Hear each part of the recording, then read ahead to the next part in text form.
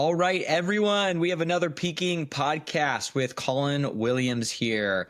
Colin is the founder and chairman of New Era ADR. He is also founder of Gfulness. And I am very excited to jump in and have a fun conversation with Colin. I think he is going to provide a ton of value to us all because I think he's been through it, and there's a lot of things top of mind for fellow founders and entrepreneurs out there that I think he could shed some light on. So, Colin, welcome to the show. Really excited to have you and hear about your journey and what you're currently doing. You want to tell us Thanks, a little bit Brian. about yourself?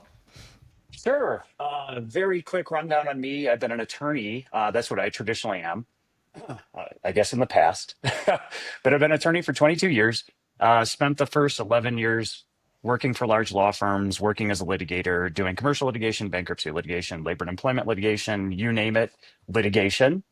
Got out of law firm life and actually went, my first job as an in-house counsel was at Oracle. So over in the Bay Area, working in software, doing software transactions, all that good stuff, right when Oracle was kind of moving into the cloud to compete with Google and Microsoft. So exciting time at Oracle, really enjoyed my time there and loved kind of getting out of litigation into the tech world. That's really where I wanted to be. So I then left Oracle, became general counsel at two startups in Chicago. The first one, which I've told you a little about, maybe we'll talk about today, was a healthcare tech startup that went south in the most spectacular of ways. And then the second one was actually a music tech startup. So it was called reverb.com. And we were kind of, God, my old boss would hate me saying this, but to make it simple, eBay for used musical instruments, right? We sold new instruments too, but really the crux of it, his idea was that you could monetize these used musical instruments that sit in your closet for years and years and years. Yeah. So really interesting business, had lots of cool artist relations. It was just a very fascinating time. Spent 5 years there. In 2019, 2020, we sold the business to Etsy. So Awesome. I know part of what we'll talk today about is, exits and liquidity events and all that type of stuff. We had one, a very successful one. So then spent a year with Etsy, basically making sure everything vested, had a good time with Etsy, but was kind of back to big company life. And that wasn't really what I was looking for. So I left after my year and then started New Era. And just to give you the 2 seconds on New Era is a tech company. We do virtual arbitration and mediation. So we're really trying to make the litigation process from my past simpler, faster, less expensive, less painful. And that's where I am today. Been doing this now for 4 years. Awesome. Quite the journey. Let's start from the beginning. Why originally did you get into law? What made you jump down that path? You'll like this one. So I'm technically an Irish Catholic, although I'm a retired Catholic from the city of Chicago. So when you're a Chicago Irish Catholic, there's two things you do. If you go the white collar route, you become a doctor or a lawyer. If you go to the blue collar route, you become a policeman or a fireman. So my brother and I went the white collar route. He's a doctor. I'm a lawyer. He always really, really wanted to be a doctor. I kind of got into law like some lawyers do because I didn't really know what else I was going to do. So it's kind of driven in this path from the sort of traditional Irish Catholic upbringing in the Midwest. And this is just what you did. And so I never really questioned it. Was it probably, if I look back in time and say, would I do it again? The answer is probably no. Although it's really led me to a lot of really, really cool things. But that was really it. Like a lot of people out of college, I became a ski bum and I didn't know what I wanted to do. So I kind of fell back into this world where in my mind, it was ingrained that you become a doctor or a lawyer. And I didn't have the drive to become a doctor. It wasn't something I was passionate about. And so I kind of fell into the law. Yeah. Yeah, makes sense. I think a lot of us do similar things right there. So what was the point where you made the shift where you said, hey, maybe this isn't exactly what I want to be doing? Yeah, I think after 10 years in law firms, and this is not a knock, I was at two really, really good law firms where I learned a ton. People were very caring. They were invested in your future. They really wanted to teach you. So I didn't have one of those like horrific law firm experiences where people were like, oh, nobody cared about me. It was the worst thing ever. I worked 24 hours a day. Really wasn't my experience. But I think I realized over the course of time, at least that 10 years, that the litigation process to me was very, very broken. And I didn't feel like I was serving clients, right? And that wasn't a fault of the firm or anything else. I just felt like the way the paradigm was set up, that we were pushing lots of paper back and forth, but my client, their one goal is to get out of this. They want this over. Yeah. And the issue was I couldn't get them to that finish line because that's not how the system is built. The system is built so that lawyers can push paper back and forth until, quite frankly, people can't take it anymore. And once again, that's not a knock on lawyers. That's how the system's built. So for me, I just said, I can't do this anymore. I just don't feel like I'm helping. So I wanted to get out of litigation. I wanted to get into the in-house world and learn how to build companies and things like that. So it was really the culmination of 10 years of doing what I was doing, 10 years of litigation. How's that? And now here I am sitting back in litigation, but trying to fix it in a different way, Yeah. where I just said, I can't do this anymore. It just wasn't me. Do you think that was the maybe, I don't know if aha moment's the right way to phrase it, but of what led to New Era? There was an aha moment. The answer to that question is yes. So the culmination of all of this was, I guess, the lead up to the aha moment. The Or aha that was moment maybe the was, spark that led to it? yes, definitely. But here's the real spark. That was, I guess, building the fire. Okay. The real spark was when I had started to generate my own clients. I had a client come to me. He was got a 10-year relationship, business relationship with his partner. And one day they decided that they didn't like each other anymore and they wanted to get out of this business relationship, but not atypical, kind of oil and water situation, right? Like they hated each other. So if one suggested one thing, the other would immediately suggest the other. Doesn't matter who actually had a good idea. So to make a long story short, my client came to me and he said, I need help. We're obviously going to have to go to court to dissolve this thing and get rid of it. What do we do? So we started the litigation process, right? And after 3 years in this process, we hadn't even made it to discovery. So for anybody who's not familiar with litigation, that's literally like, if you look at A to Z, we were at C after 3 years, right? And at that point, I actually left the firm and I went to Oracle and I passed it on to my former boss, this case to my former boss. And he handled it for another 3 years and literally took it to the morning of trial where it settled for something like $50,000, right? So this litigation process took 6 years and cost my client $1.5 million in legal fees to settle it the day of trial for $50,000. That's incredible. And yeah, I mean, this was the paradigm, right? And so he called me, and obviously I wasn't there anymore, but I wanted to listen and hear what happened. And he said, it can't be like this. This has to be an outlier, right? I had a terrible experience. This isn't what litigation's like, is it? And I said, no, this is what litigation is like. He goes, Colin, in 6 years, I've been to every single hearing. Not one time has the judge asked me what happened. Like, what's the deal?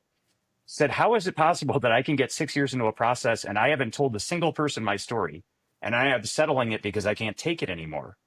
And that was my aha moment, right? So there had been this lead up and I had said, I don't want to do this anymore. Litigation is painful. I don't feel like I'm serving clients. Then there's what happened to him. And I said, you know what? He's right. Like it shouldn't be like this. And that was really the catalyst for New Era. Now, when that happened, you were at Oracle having that conversation. Did you immediately go make that move, or did it take you some time to gather your thoughts, really create a plan? What were the next steps? Yeah, this was just kind of the inkling, right? Yeah. And obviously I had two jobs after the inkling. Right. So it was really just, it started to mull about in my head. And then after a year or two, I started to socialize it with people that I trusted, other lawyers. What do you think about this? Some were very supportive. And I got a lot of, you can't because I wanted to do everything virtually. So my inspiration was really telehealth, right? I thought if you can do medical proceedings, that's not the best way to put it, but you can do medical checkups online. Why can't we do legal proceedings online? It just doesn't make any sense. That's more serious than what we're doing. So I was really inspired by that and thought virtual legal proceedings, that's what this is all about. So I had some people who were really excited about it, and I had tons of people who thought I was absolutely nuts, right? So it just seemed like, number one, I had to learn a bunch more stuff, right? I had to go through my process, learn from the right people, learn how to build businesses. learn about how to be a businessman, not just a lawyer. And then number two, I don't think the market was really at the right spot for it at the time. So when you look at what happened to really make New Era leap, it was the pandemic, right? Because that's where everybody said, well, I don't, even if I don't want to do legal proceedings online, I have to. So I don't know if New Era exists without the pandemic, but this was really a very long lead up. And really my recognition too of that I got so much more to learn before I jump in and try to start a Yeah. business. So it wasn't, I didn't jump off a cliff. It was kind of a almost like 10 years of building up to New Era. Yeah. Yeah, makes sense. Um, so when you left Big Law and made it over to Oracle, did you know you were going to go in-house? Was that a predefined, like, hey, this is the logical next step, or was there anything that was there any unknown at that moment for you? I think there was a lot of unknown. I was at the Mhm. point where I knew I didn't want to keep doing what I was doing, but I also didn't know, and I knew I didn't want to litigate, but I didn't know what that next step was be. So would be. So Oracle was kind of fortuitous in that I saw a posting for the job, and I applied to it and thought I'm never going to hear back from these guys, primarily because I was mostly a litigator. And I got a call like a day later saying, "Hey, can you be at the Oracle office in Chicago tomorrow for an interview?" I said, yeah, I'll be there. And I met the two guys who hired me, and they were both former litigators. So there was kind of this moment of like, yeah, we know we understand completely where you're coming from, why you want to get out of this, and we can teach you the rest of it. So at that point, I was just thinking, all right, this is my exit. I don't know what this looks like. It's a very big, reputable tech company. It'll probably be interesting. These seem like good guys. So I'm going to jump and just see where it takes me. Yeah. So it wasn't so much that I was like hell bent on being an in-house attorney. It was just that was the universe saying, "Here's your shot to like get out of here and Yeah. do something new." And so I just said, "All right, well, we'll just see where this goes." Yeah. Now, would people in similar situations, not necessarily from being a lawyer, but just being in a profession that's potentially well paid or, Yeah.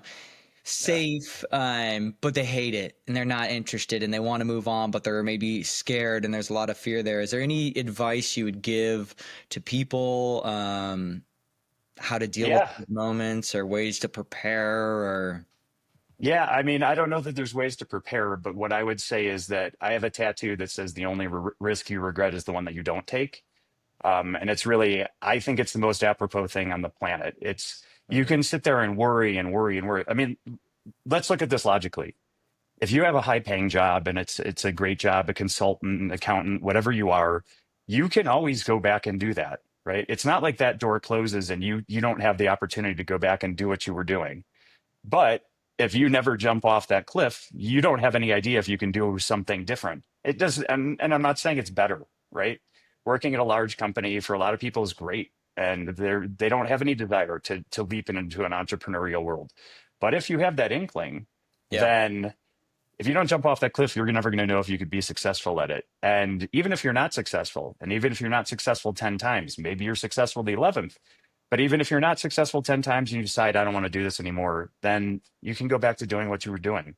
But I can't imagine sitting on my deathbed and wondering, Yeah. like, could I have done that? So my suggestion is as long as like the economics allow it in any way, give it a shot. And if it doesn't work out, you can always go back to doing what you're doing. Yeah. Totally. Completely agree with that. So that kind of leads us to after Oracle, right? Where that's where you made your jump into entrepreneurship. Tell us about that piece of it. What did that look like for you? Yeah. So my first general counsel job was at this healthcare setup, tech startup in Chicago. They were very successful, right? At least on paper. It was probably the hottest startup in the city. My wife actually knew one of the founders. She connected with them and said, my husband is a lawyer. If you're ever looking for a lawyer, and they said, we actually are. Like now's the time. We think we're big enough. We need somebody in house. So I went and interviewed for the job, and I had this like inkling that this was not the right job to take, Okay. but I did it anyhow, right? Because I just thought the opportunity is too big to let pass. Um, so I jumped into that world and learned a hell of a lot about what not to do, right? And my whole goal from going from like a place like Oracle, where I was in a house attorney, but I was probably one of 200 attorneys, to being a general counsel was to learn how to build businesses, right? I really wanted to learn the inner workings of this stuff. So that was not a great way to learn how to build businesses. Um, Why? I mean, I just had this overwhelming sense the entire time I was there that something was very off. Mm, And I couldn't really put my hands on it. And there was a very, very small leadership team that was very black box, and everything just seemed wrong. It was almost like a Stepford company. There was times we would have these like group meetings and everybody would cheer and sing and stuff. And I'm just sitting back like, God, doesn't nobody else thinks this is weird? Like, I think this is a job. Like I'm all for like having, a lot of enthusiasm for your job, but this just is weird. interesting. Then towards the end of it, I really started to hear some stuff. I think people looked at me as kind of a trusted resource, and I had some analysts who came to me and said, "There's some things going on here that aren't right. These numbers aren't correct. Things like that." So at some point, I was only there for about a year. I said, "Something's off. I got to get out of here." That's the biggest piece of advice I would ever give anybody is like trust your gut. If something seems wrong, it probably is. And something ended up being very wrong. So yeah, the founders all got indicted. I was a federal witness against them. A whole other story. But that was where I learned really what not to do. So at that point, it was like my wife, I think, was kind of frustrated, and she was like, "Well, look, we're either going to move to Colorado, or you're going to go back to being a ski patroller, or you need to find a job that you're really like passionate about and you like." And so at the lead up, really, when I knew I was going to get out of this company, I had started looking for new jobs. And she said, "Well, where would you want to go work?" I'm like, "I'd want to go work for David Cult. Like that guy, everything he does turns to gold. Everything he touches turns to gold." So she said, "Well, why don't you just call them?" I basically knocked on the door, right, and said, "I have no idea if you guys need an attorney, but I'd love to join this company."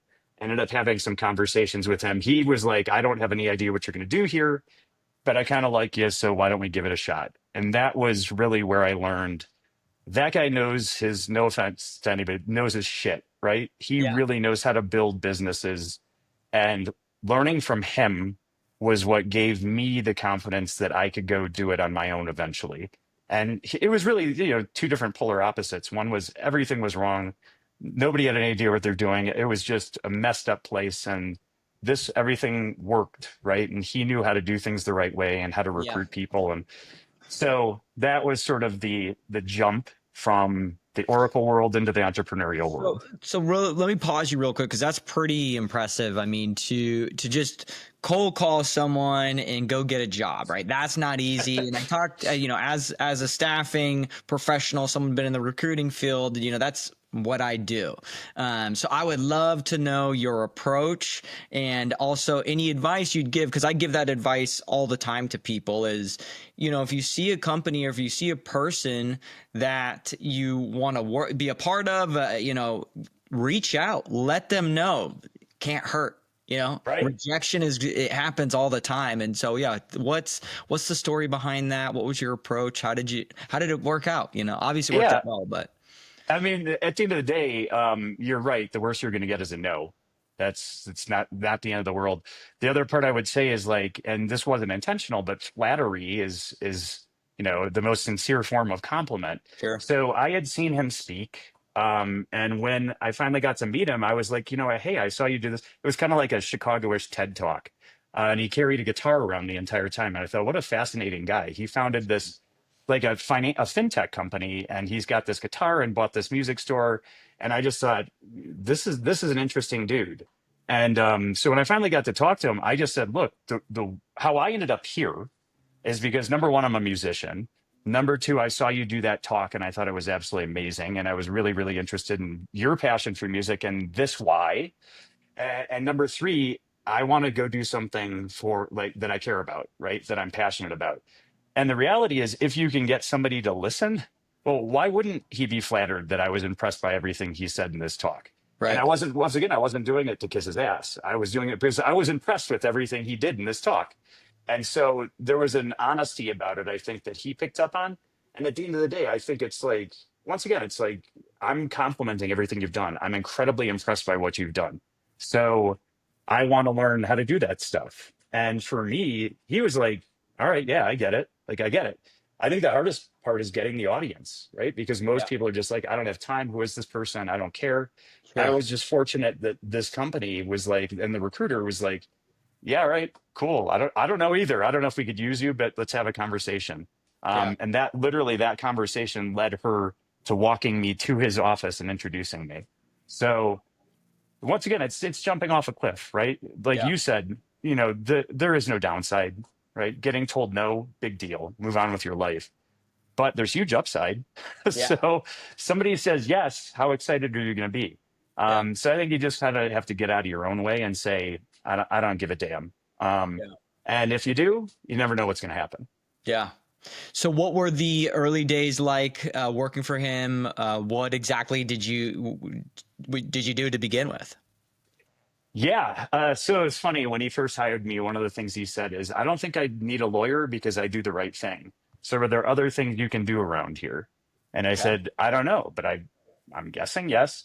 But then when I got in there, what I really learned is like anybody else, and it wasn't that he was doing the wrong thing, but anything in the law is like there's 8 million things you need to do for Mhm. compliance. There's so many little things, so many contracts that need to be buttoned up, so many terms of use in a website that's e-commerce that need to be correct, so many things around data privacy. So it was really looking at this company holistically and saying, okay, it's gotten to this point and it's been super successful. Now the concern becomes, are we on people's radar, right? Do we Yep. become a target for regulators, things like that.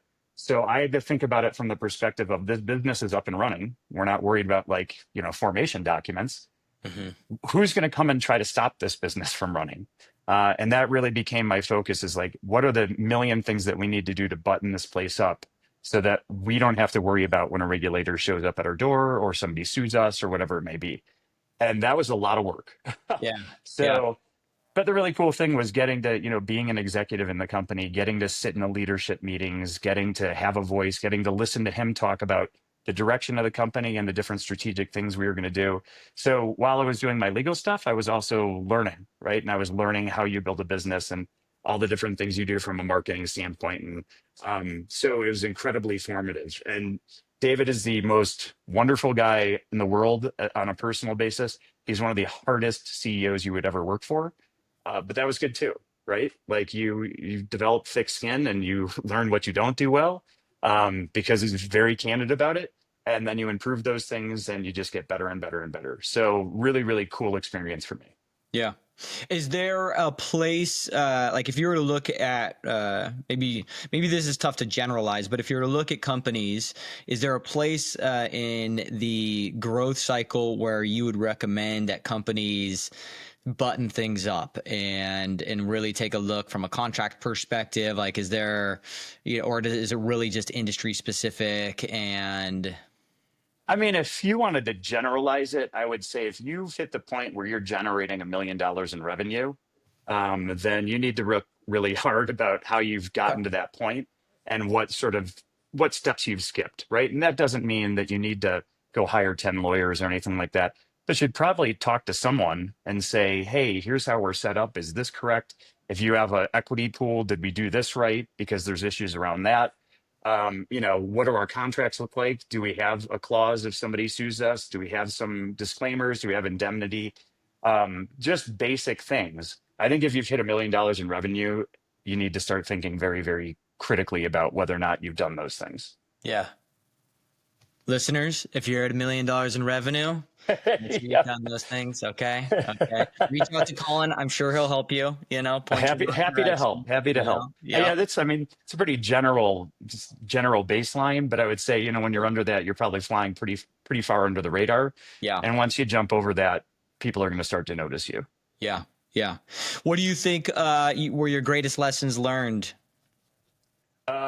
Through all this stuff, through like my Well, career. well, no, specific to your time with David.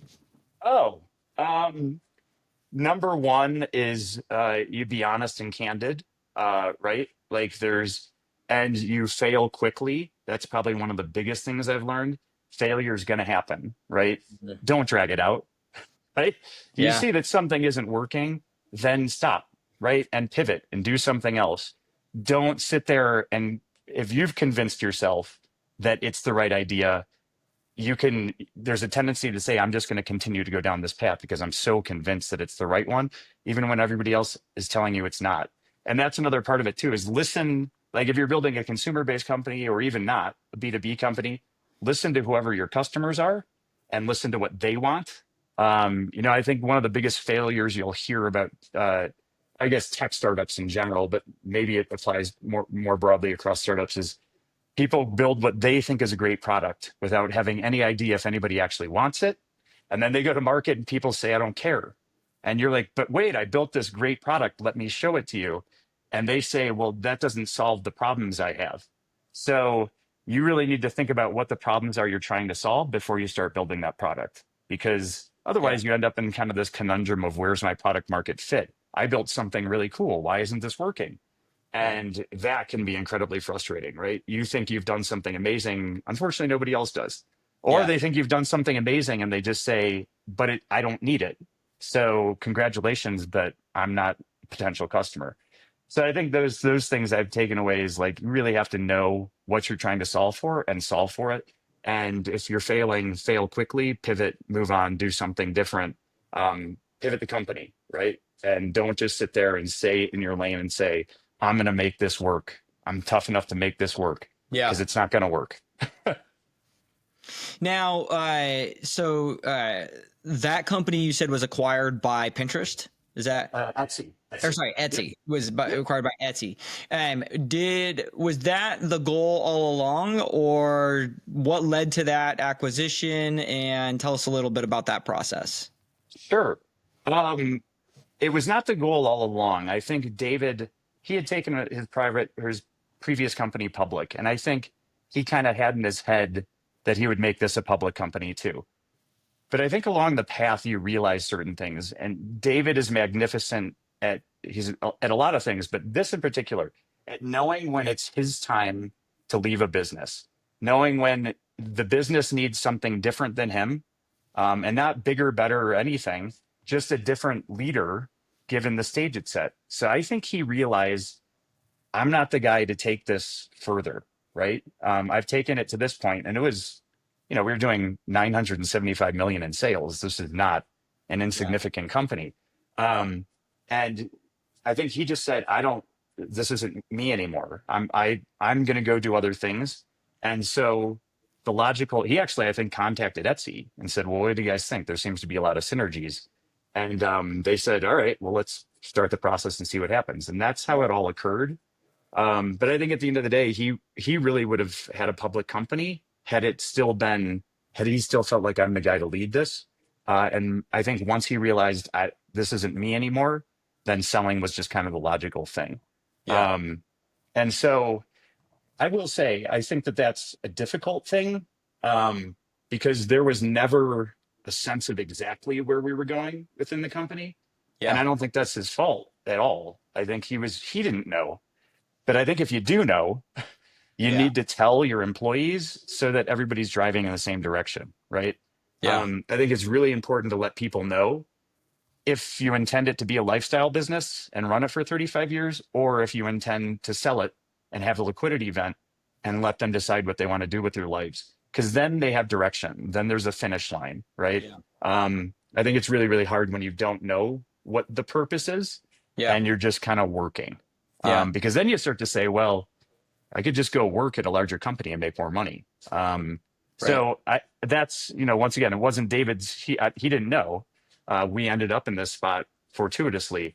But if you do know, I think it really behooves you to tell your employees, this is the direction we're going. Hmm. And if that's not your bag, cool. Like maybe this isn't a place for you. But if this is your bag, then get on board. This train's going fast. Yeah. Yeah. How did that impact you? Was that challenge? Were you aware, or was that kind of an unknown for you? And how did that impact you when it was acquired and the transition? Yeah, it was. So first of all, it was the hardest 6 months of my life professionally, hands down. And even going back to like the company that had the criminal activity going on, Was because that I had never done it. emotional or sorry, keep going? No, it was, yes, I think it was emotional. It was also a process I had never done, right? So traditionally I was a litigator, and now I'm doing M&A, like nine-figure M&A, right? Yeah. And I'd never done this. And Kevin, who's our CFO at New Era, it was really us like driving this process. And he had had some more experience in it, but neither of us had really done this. And so learning on the fly in the midst of a massive transaction was incredibly difficult, particularly on the other side. Etsy just had way more resources. You know, they had 30 attorneys working on this stuff. And we had me and like an attorney from Winston and Strawn. Um, so it was very, very difficult to figure out the process to build the plane while you were flying it. And then what you don't realize is when you get to that point of acquisition, you think this is super exciting. This is so cool, fantastic. Wait a second, am I going to have a job? Like once we hand over the keys, anything that's been told to us is really pretty irrelevant. Like they run the business and they could can us all and shut it down. They didn't, obviously, but you start to wonder about those things. And I think what Yeah. happens is that permeates the employee base. They start to wonder, am I going to have a job? And you have to deal with all those things. So it becomes a very, very stressful time to communicate what I'm receiving from the purchaser and communicate that to the masses and to have them believe it and to have me believe it. Yeah. Um, so that was it was a lot more difficult than I thought it would be. You think it'll be this like popping bottles of champagne, this is fantastic, but there is this layer of uncertainty that starts to drive into the business, and you don't realize it hits every level, right? And people really start to worry, what about my career? And that part's scary. It's funny, when the transaction closed, we did a dinner with Etsy. The next day, I hopped on a plane, went out to Rhode Island with my buddy from law school, and just drank. And meanwhile, there was a huge party going on at Reverb to celebrate the transaction. And everyone's like, "You're not here." I'm like, "I need to get away from this. Like, Yeah. it's time for me to go do something just for myself and get the hell out of here." And that was kind of my release valve, like tons of steam coming out of my head. But it's the most significant thing I've done, probably in my professional career. Yeah. Hopefully it's something that we'll do with this business. So, but I learned so much, and it's like now that whole process doesn't intimidate me. It's not Mhm. something I wonder how you do it. So super cool thing to have gone through, and it ended up being a great transaction. So Etsy didn't fire everybody. Everybody got lots of stock options. It was a huge success. And, I guess Pretty it's cool. me, I tend to look at things a little too cynically, but at the end of the day, it was a very, very successful transaction for everybody. Yeah, very cool. So then what came next? You had, well, I guess what came first? Was it Gfulness or was it New Era or is it the same time? Tell us a little bit about the transition and the next phase. Yeah, it was definitely New Era. It's New Era has always been the primary focus. Gfulness is because of I'm a huge advocate for mental health. So Gfulness was kind of this. It's funny, when I was going through some of my struggles, I tried Calm, and I forget what the other one's called. But there's the two meditation apps, and I tried them and just thought, this is so incredibly frustrating. Like I'm just getting angrier with somebody sitting on like in my ears telling me to like breathe and forget about everything. Yeah. And just thought like there's got to be a better way to do this. And so Gfulness was kind of my response to that, which is like, well, you can still be mindful and laugh. So why not give that a shot? But really New Era was I guess the professional focus. And so, yeah, that was, I did my time with Etsy, and then I said, there's the cliff, right? So what am I going to do now? Am I going to go back to a law firm? Am I going to become a general counsel again? Or am I going to jump off this cliff with this idea that's been mulling about in my head? Yeah. And I said, I'm going to jump off the cliff. And it was facilitated by a couple of things. We ended up raising some money up front from friends and family, and actually a VC fund. Even though we had no product, we had no employees, we had just an idea. Yeah. And they were like, well, it seems like a good idea. So ordinarily we put in like $500,000, since it's just an idea, we'll put in half that. But at that point, I'm like, all right, well, wait, now we're sitting on like $600,000. So this means we can pay some salaries and things like that. And, we had a founding team of folks that I knew, and we'd built that. And it was like, all right, well, this is logical. Now we're not going to wonder where our next meal is coming from. We're going to be taking serious pay cuts, but that's okay. And so that to me was the moment where I'm like, all right, there's something here, and I can jump off this cliff and it's all going to be okay. Very cool. So, what year was that when it started? 2000. 2000. So how were the beginning days? You know, you're a non-technical founder, you're a litigator, you're building a software product. You know, what was going through your mind? But it is my buddy Pete Cadens, who's another serial entrepreneur. He's built the largest cannabis company in the country, which is super Okay. cool. But he told me early on, everything's going to take three times as long as you think, and it's going to cost at least twice as much. Okay. 1000% correct. The best piece of advice I could ever give to anybody starting a company. Certainly there are things that go crazy. There are rocket ships that right out of nowhere just explode and blah blah blah. But the reality is, like, you look at the statistics and, you Mhm. know, within 3 years, like 50% of startups have failed, right? Yeah. So getting to 4 years was a big moment for us. You know, Yeah. most startups never have a customer. Most startups never have a product. So I always relied on those things where I was like, you know, we've raised money, we have customers, we have revenue, you know, we've made it past like the first year. And that's what kind of just kept me going. Mhm. uh, but I will say, I always come back to that. It's going to take three times longer than you thought and cost at least twice as much. So if you can get that in your head from day one, I think you will be far less disappointed at how slowly it kind of moves. Um, but you also have to celebrate every single success, right? In a startup, you're going to fail. For every 10 times you fail, you'll have one small success. Celebrate it because it's important, then Mhm. move on to the next 10 failures, and then you'll have another small success. And those small successes will build and build and build until you reach big success. Yeah. But acknowledge that it's going to take a lot longer than you think and cost a lot more than you thought it would. Yeah. Where in the beginning days, where did you spend most of your energy? How did you prioritize your time, whether it was product development, building a team, or hiring? What was most important to you in the beginning? Content and sales, Hmm. right? I mean, I think you need to establish in this day and age, you have to establish an online presence. SEO, things like that are important. Being on LinkedIn. So that means you got to have something to say, right? So you need some articles out there so people know what you're doing and who you are. And then founder-led sales is really, that's another thing. If you build a startup and you're not interested in ever selling, well, I hate to break it to you, Yeah. because I wasn't a salesperson. My dad was. He ran a sales business for 45 years. Um, but you're going to sell. Like, that's all there is to it. You're the Yeah. person who has the vision. You're the person who can describe what you're trying to do. You can't just bring somebody in and teach them that. Yeah. So you're going to be on those calls telling people why they should be buying your product. And that is going to continue in perpetuity. Mm. So I would say, if you're founding a company and you're not involved in sales and you're not trying to drum up business, you're doing something very wrong. Yeah. And all the rest of the stuff is ancillary. Revenue is king, right? So building the team's important and marketing is important, all these different things. Marketing leads to revenue, but sales, sales, sales, right? Just need to build Yeah. revenue, and it's really, really, really hard. Yeah. So I would say, you know, if you're a founder, that's what you're going to be doing. And if you're not doing that, then you're avoiding what you need to be doing. Yeah. Now,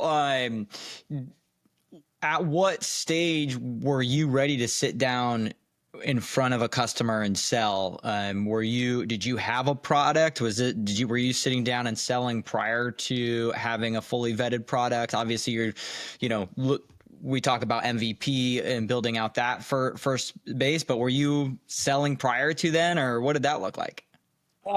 We didn't really launch until we had a viable product. So I Okay. would say there's that fine line to walk of where I said, like, you know, don't keep building and building and building and building based on what you think is going to be cool. Yeah. But you do have to have something, right? You have to show people that, like, I am a legitimate company. I've got engineers, they're building things.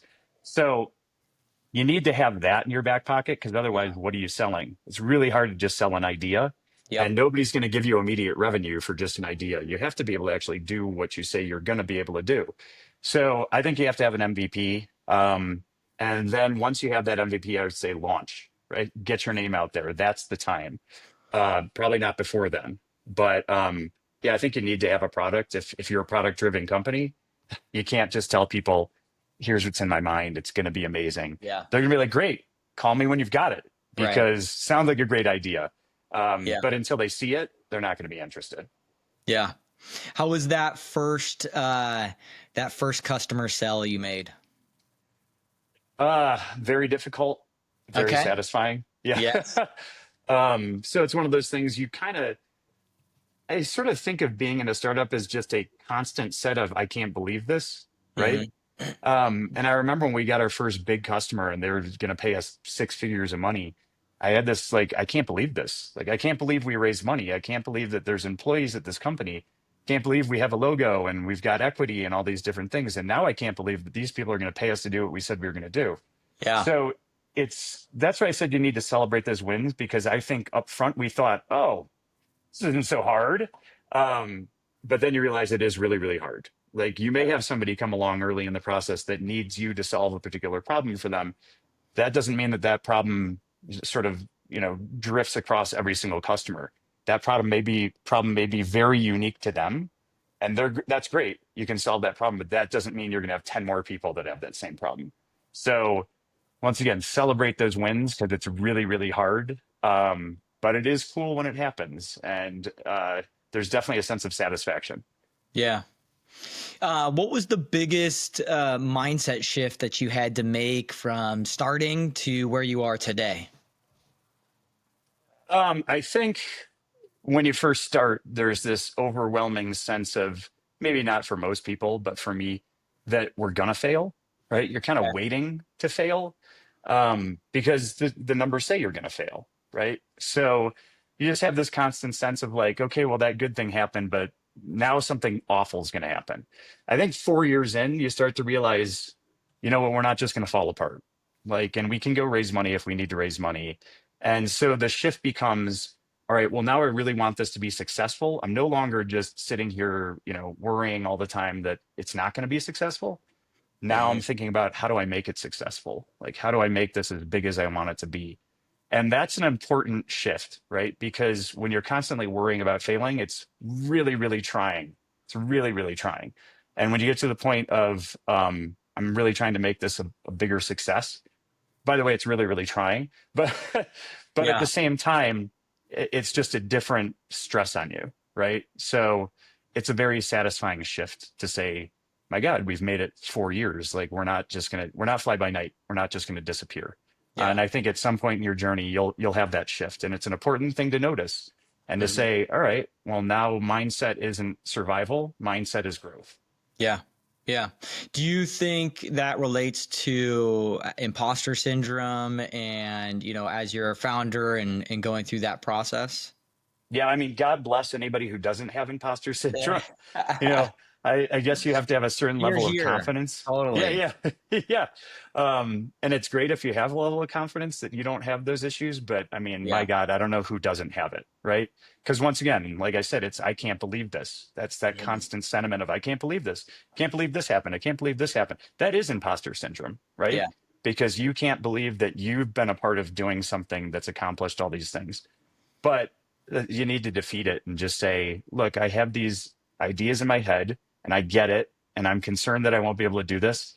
Push them to back and just see what happens. Yeah. Right. But imposter syndrome is normal. Like Yeah. it's just a normal thing. It's not unhealthy. And quite frankly, I think it scares people into being more successful. Yeah. Do you have any just tips for fellow founders or entrepreneurs or just business professionals in general who are dealing with that, maybe who struggle with kind of the uh, maybe from a mental health perspective, different things that strategies you've employed that have been helpful for yourself? Yeah. Um, I mean, number one is jump off that cliff, right? Yep. Give it a shot. Once you're off the cliff and you're flying, ask for help. I mean, it's the most Mhm. important thing you can do. There's so many people out there who have been where you've been and are completely willing to give you advice and tell you, here's what you should do. Or so just ask for help. And that applies to mental health too, right? If you're Mhm. feeling stressed out, if you've got problems and you just don't feel right, go get help. Right? This is not like this is not a battle on how tough you can be, right? It's not the Yeah. show alone. Like how long can you stay out here and survive? That's a terrible mindset to have. So once you're in it, ask for help. And that doesn't matter if it's mental health or if it's professional. Rely on the people that are friends that you know that have been there because they're going to be willing to help. And you know what? Maybe they become investors. There's all sorts of different ways and tentacles that these things sort of trail down. But at the end of the day, like if you just say, I'm going to do this, and I'm going to motor through it, and I'm tough, you will fail. It's guaranteed. Yeah. Yeah. Well, what's next for you at New Era? What's next at Gfulness? What are you looking forward to? Um, I don't know. I mean, I think we've gotten to the point at New Era where, there's people poking around the business from outside, other legal tech companies. I think Yeah. that's super interesting. I mean, at the end of the day, we are in this world now where we're 1,000% focused on revenue, and Yeah. anything outside of that is kind of noise, right? So we have revenue and it's just growing revenue. So where that takes us, will be a liquidity event. We've always been very clear with our team that Yeah. we are driving towards that, and this will not be a business that we want to run for 45 years. Yeah. I wouldn't probably even be alive then. But so we had always been very clear about that, and I think now you can start see the inklings of where that may come from and why and how and all those things. So that's really, really a really exciting point to be at the business. But you also have to understand, like, we're still pushing a boulder up a hill. Mhm. So, once again, it's a mindset shift. So you say, I'm no longer trying to survive. Now I'm trying to see what we can grow this into. And Yeah. you've got people sort of, milling about who are looking at you and saying, well, I want to see what you guys can grow this into. Yeah. So that's kind of fun. And that I think that's where we're at. And I try not to think too far down the line past that, because I think that's where you start to get strange ideas, and like we need to Yeah. focus on the here and now and drive revenue. And if we do those things, everything will fall into place. Yeah. Who are your ideal customers? Good question. We do so much stuff. Mhm. I think we found success with auto companies and lenders and athletic organizations. Um, for us, it's anybody who's ever experienced litigation or has a problem, Yeah. like realizes that litigation might be in the future. Um, I think those are our ideal customers. We don't tend to silo stuff too much. There are certainly industries where we've had success and we'll continue to focus on those, but we're sort of generalist in saying, look, if you think you might have a problem, plan for it now, Yeah. because if you plan for it now, it won't be a problem later on. If you don't plan for it now, it's going to be a problem later on. And I know there's just certain businesses that understand that litigation is going to come and hard times are going to come. And so those are the folks that we talk to the most. Yeah. Makes sense. Well, anything else you want to leave for our listeners, whether that's mental health, advice for founders, anything at all? No, like I said, I jump off the cliff, have fun doing it, understand it's going to be really, really difficult. If that starts to impact your mental health, do something about it. Don't just suffer in silence. There's always this concept of like, it doesn't matter how much somebody's smiling, you don't know what's happening inside of them. Yeah. So don't be that person who's smiling through it, right? That's where bad things happen. This is a there's a reason that everybody doesn't do startups, right? This is the most incredibly difficult thing you will do professionally, period. Like it is so hard, and people don't realize until they're in it that it's that hard. But the gratification you can get out of it is far greater than anything you can get just working at a regular job. So understand it's going to be difficult. Take the leap, give it a shot, see what happens, take care of yourself, ask for help. If it doesn't work, not the end of the world. Yeah. Awesome. Awesome. Well, where can people find New Era, and where can people find Gfulness? Well, you can find Gfulness on the App Store. Still going. And neweraadr.com. You can always write me at Colin, 2 L's, at neweraadr.com. Would love to talk to you. Happy to help in any way I can. But yeah, we're pretty easy to find. So just let me know if you need something. Awesome. Cool. Well, so much fun chatting with you. Definitely, I think this is just super beneficial and just great for our listeners. So thanks again. Appreciate it, Brian. All right. Bye, everyone.